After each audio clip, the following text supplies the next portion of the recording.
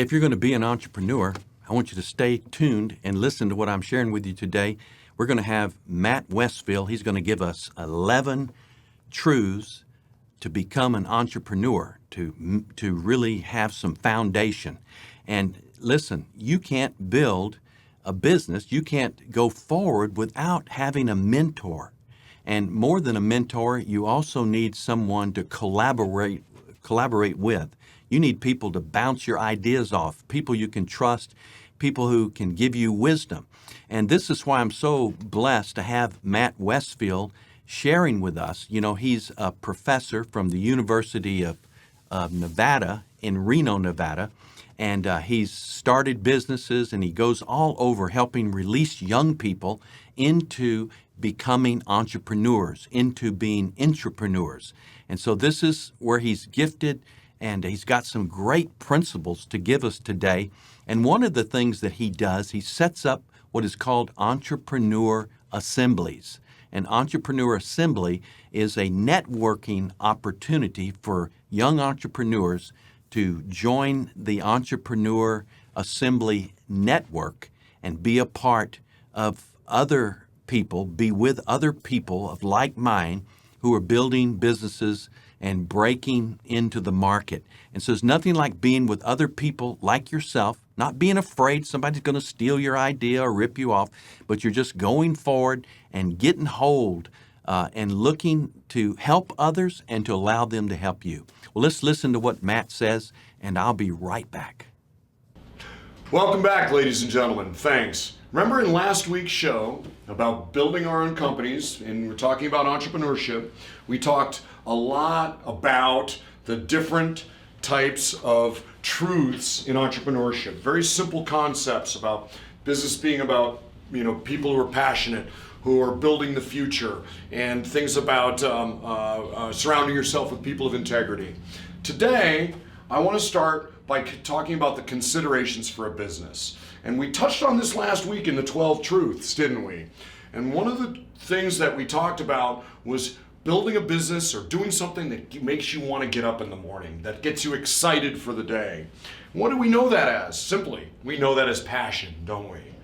One of the most important things I can tell you is be passionate about what you're building, because it will drive you on days where you don't feel like getting out of bed. If you're building something for the money and the money runs out, so does the passion, unfortunately. So what we want to talk about is how, if you build your future through an endeavor that gets you up in the morning and that you're excited about and passionate about and you want to share with others, it's amazing how that will seep through the community and out through your customers. So passion helps a lot when you're building a company. As a matter of fact, it helps more than most people know. It's intangible. It's hard to pin, isn't it? But there's a fire in the belly, as they say.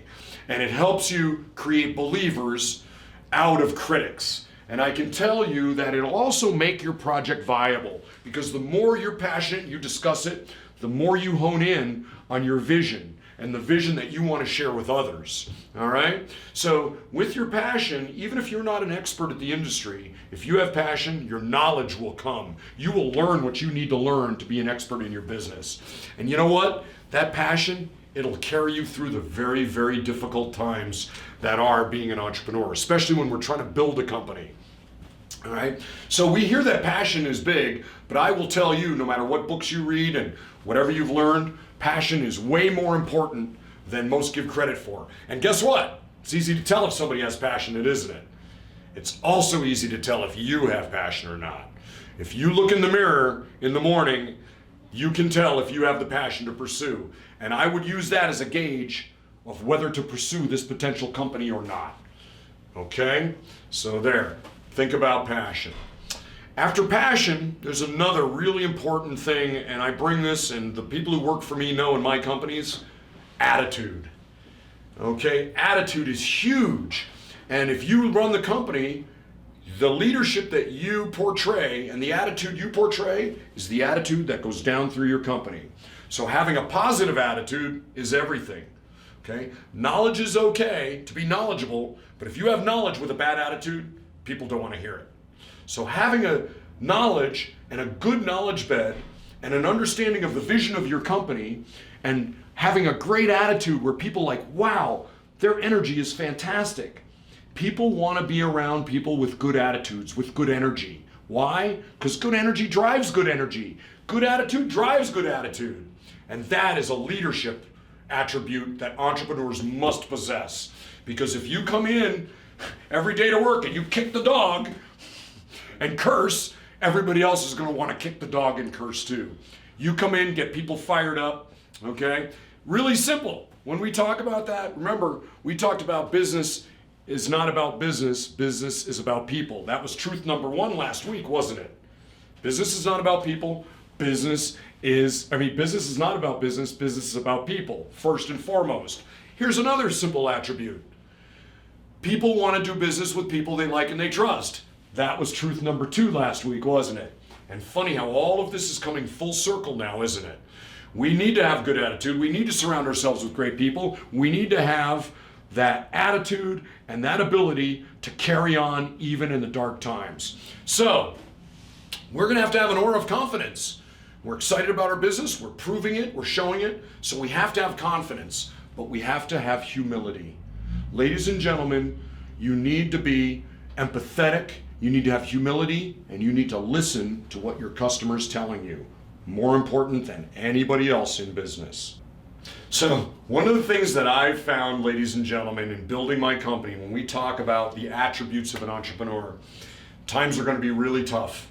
I find that I use humor as a key. I like making jokes. I like being a goofball.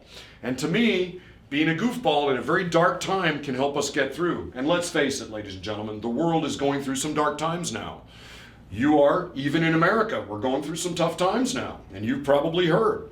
So I like taking humor and trying to make light of fun situations without hurting or offending anyone. We need to take humor and we need to lighten things up when things are so dark and so serious. One of the things I like to say is, I don't like to take myself too seriously, okay? I don't like to take other people too seriously either, unless they have the money. If they have the money, then I take them very seriously. So if they're gonna fund me or they're gonna buy my product or service, then I take them really seriously. Other than that, have fun. Let the journey be enlightening, let it be glorious, and let it allow you to smile and laugh as often as you can. So let's talk about you. What attributes, what competencies do you have? This is a big deal if you're trying to start a business. You need to look in the mirror and be able to understand yourself. Are you analytical? Are you practical? Are you a problem solver? Are you passive? Are you confrontational? Are you creative? Okay? Are you a good starter? I have a friend, her name is Alice. She's a very successful business leader here in town. She will tell you, right, very candidly, that she is a good starter, but she's not a good finisher. Why do I like Alice? Because she can look in the mirror and be honest with herself. Can you? So the things you like count in competencies. If I like something, and even if I don't know it, but I'm very interested in it, I'm gonna wanna be better. I'm gonna wanna be very good at it. So, if I'm interested in things, the things I like count. So even if I haven't done them yet, but I wanna learn how to do them, use these to help you formulate the type of business you wanna build. Use these to formulate the type of customers you wanna have. Use these attributes to decide what types of partners you wanna have. All of these are important. Know you, know thyself. So then what happens when we've looked in the mirror and we believe we have all these attributes? We're honest with ourselves at the things we're good at, aren't we? But what about the things we suck at? And everybody has them. I have them. Guess what? I don't do accounting, and you can't make me. Why? Because I can't stand it. I'd rather pluck my eyeballs out than do accounting. So I have people who love to do accounting. They love all those numbers. They do those numbers for me. And that makes me do a better job focused on what I need to focus on. So I understand my competencies. I understand what gets me up in the morning. These are things that will help you too become a better entrepreneur, a better business owner, and a better partner. Okay? So, I don't care about details all the time. I'm a big picture person. But if I'm excited about something, I still want to know the details. All right? So if you're an analytical person, surround yourself with creative people because the creativity may be frustrating. If you're a creative person, like I guess I am, the accounting and the specific numbers become difficult. Now, as a business owner, that's not to say I don't know the numbers and I can't read the numbers. I know the numbers very well. I just don't like building them. But I understand them and I read them. So again, as a business owner, we have to be able to do a lot of things. But let's focus our talent on the things that get us up in the morning. So the things I don't like really count at things I would suck at. If I don't like it, I'm probably not going to be good at it.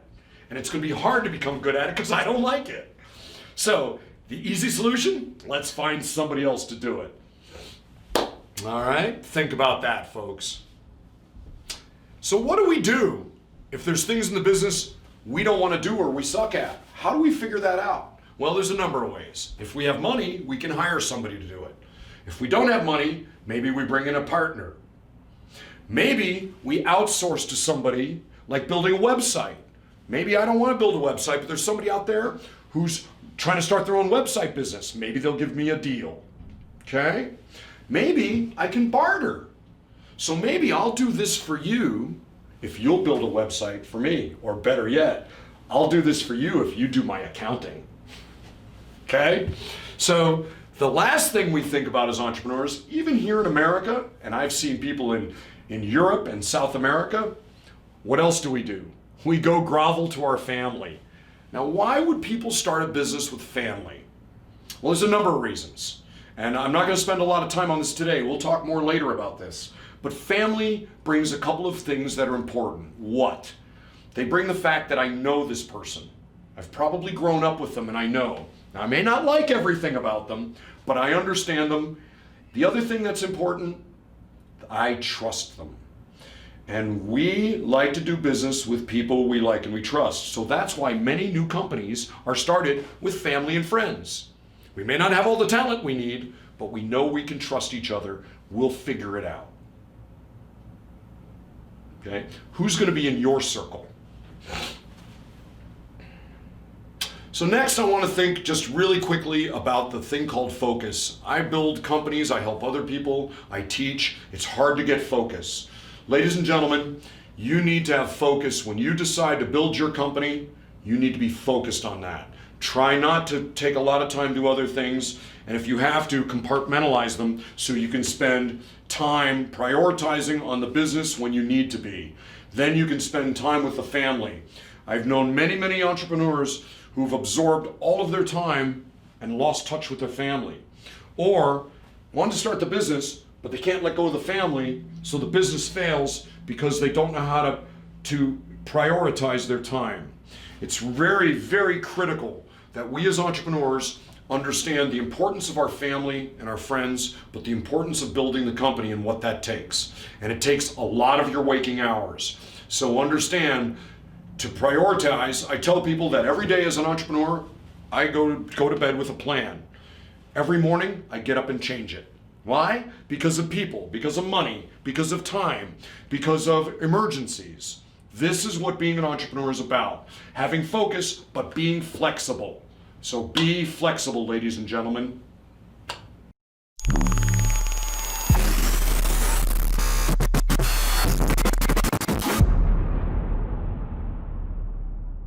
Ladies and gentlemen, welcome to session 2, part 2.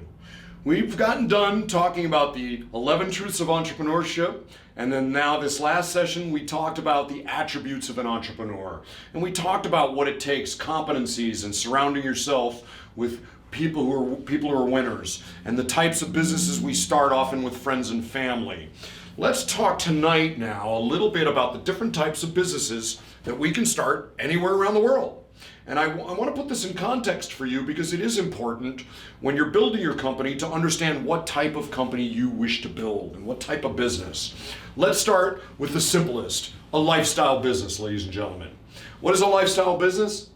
It's a business that supports your life. It means it allows you to have a home and have electricity and make money and put your kids through school and buy clothing. And it can be very successful and can make actually millions of dollars. In America, a lifestyle business can still make 5, 10, 20 million dollars. It's a lot of money. Why is it called a lifestyle business? Well, there's a few very specific attributes to a lifestyle business as compared to what we will talk about later, which is a growth business. So the attributes for a lifestyle business: support your lifestyle. It's usually a small or limited market, usually a neighborhood or a regional play, and it makes money and pays the bills. It will never make a billionaire, but it can make a very successful lifestyle business, and it's great for low-key, self-sustaining business. Lifestyle businesses are all around you in your neighborhood right now. You see them everywhere. You probably shop for them. So if that's what the definition of a lifestyle business, can be very successful, but it's usually a small regional play, maybe with one shop or a few shops. What's a growth business and what's the difference? In a lifestyle business, we often will have a hard time also getting funding for that lifestyle business. So it's hard to get financing, with the exception of small local banks and local players who might lend us the money or go into business with us. And the other thing about that lifestyle business, we take money out every month to pay the bills. A growth business is different. The growth business is more like what you've heard about with WhatsApp or with Facebook. These are businesses that can attract millions of people all around the world.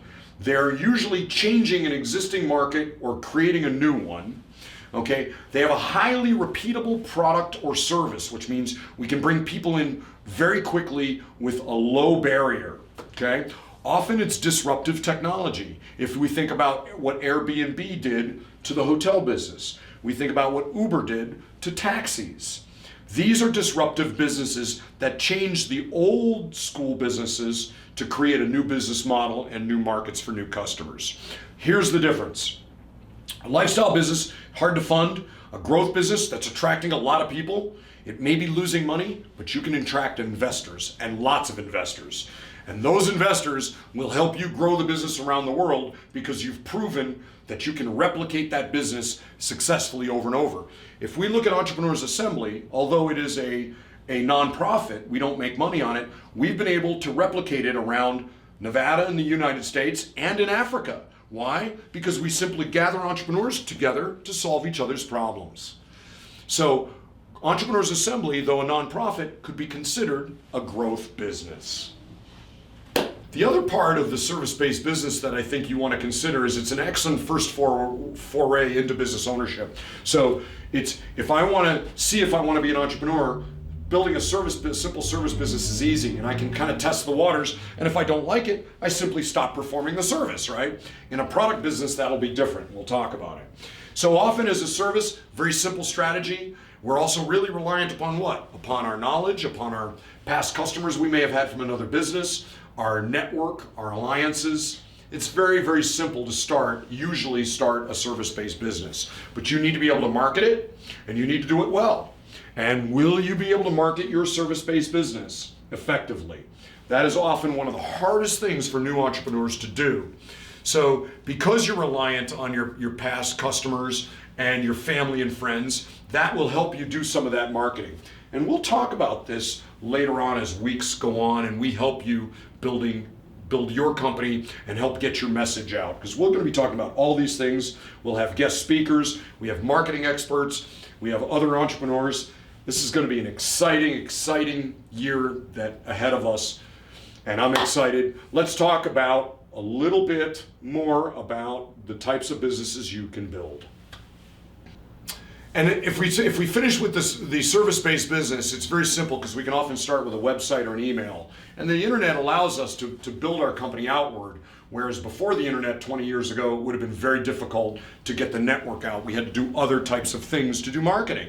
Nowadays, it's very simple. We can work from home, especially now in the age of COVID.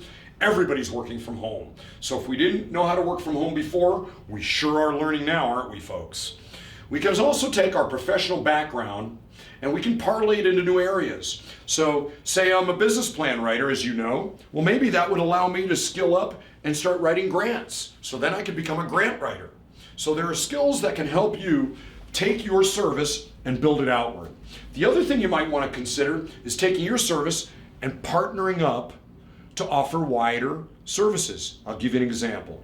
Say you're an attorney. Who has the same market you have but doesn't do what you do? CPAs. A certified public accountant often works with businesses and they have to do forensic numbers and things. And an attorney has to do the legal, and sometimes they have to dive into numbers. Sometimes a CPA has to dive into legal. What if I created a partnership with an attorney and I'm a CPA and we both send a marketing message out to our customers recommending the other? We've now just effectively doubled our book of business. Okay? So let's think about these things. As we move on now, ladies and gentlemen, we're going to talk about types of businesses. Let's get a little bit into product-based businesses. We just talked about service businesses. What are product-based businesses? They are usually much tougher to start than a service business. Why? Because it's expensive. We have to have engineers and designers. We have to build the product before we sell anything. So it's a much longer road to profit. And sales and market channel development are critical. Now we're going to talk about channel development in a few weeks because it's a very specific area. If you have to have a product, you have to have channels to sell it. It's the only way you're going to do it. Here's what's really interesting though. We talked about the service-based business. If you get sick in a service-based business, you're not making money. In a product-based business, if you get the product to market and you get sick, you may be sick in bed, but you're still making money because your product is now on the market. But remember, it can take 6 months to a year to 2 years, depending on how complex your product is, to even get it built. So understand, you're going to be living with no money for a long time. Okay? So product businesses are much more complex. All right? So if we have a product-based business, the business plan and the ongoing strategy is critical. If I'm doing a service, it's not as critical because, again, I can start or stop the service anytime. But with a product-based business, we have to be invested. We have capital requirements, we have personnel requirements with offsetting competencies. We have a lot of money and a lot of planning to do before we ever get any money in return. So let's understand, if we're building a product, it's a much longer road and it's a difficult, complex road, but it's not impossible. And if you have resources and friends and you have a knowledge of what you're building, and so do others, we can get partnerships to make it better and make it easier. And then we look at past clients and past customers and friends of friends, and we build our network to start our product-based company. When are we going to start to see the local groups in Lusaka, Africa? When are we going to start to see them? We're hoping that in a matter of weeks, Ken, we can start. We've already spoken to our young African leaders. We have already from Zambia, and we have a couple of young African leaders from neighboring Zimbabwe as well, who are very excited about bringing entrepreneurs together and creating this fabric of collaboration and, shall we say, an entrepreneurial mentality and an empowerment for communities in Lusaka and surrounding communities where we can gather these people together, young, medium, and even hopefully some elders from the banks and the communities and from the government, to come in and create this dynamic network that we know we can build and we have built elsewhere in the world. That's really good. That's really good. And there's people in Lusaka right now that are ready to get started? We have some wonderful young people who are building companies in construction. We have a young gal, Inota, and Inota is building a women's entrepreneurship network in and around Lusaka and in and around Zambia. We believe that tying what Inota is doing and what one of our other young African leaders, Patrick, is doing, we've got several who are doing amazing things. And frankly, this will help them and they can help others, and we all bring each other up to a whole new level of experience, a whole new level of success, and a new level of empowerment in the communities, in Lusaka, in surrounding communities. We hope to build a fabric that creates a dynamic development, GDP in Zambia, of the which you've never seen, through trade, through barter, through hopefully microfinancing. We're looking at a long-term project. This has not come in quickly. We're looking to spend the next several years helping build this network in conjunction with you and Dr. Tom, my friend Dr. Dave, who's here with us today, and several other incredibly important people that will help us bring diversity and perspective. That is really good. It's really good. So, what is the plan going forward? And why don't you map that out a little bit? And what's going on? Thank you. What we want to do is we want to start by bringing some tips, some very simple tips. I was honored to give a keynote in Dakar, Senegal, to what was a conference in December called Digital Dakar. And the first week that we get together, I want to share with everyone what I call the 10/11 truths of entrepreneurship. Right. And these are very simple concepts that anybody can utilize today to start framing the mentality to how to go and build your own business, build your own future, and build a dynamic future for your family.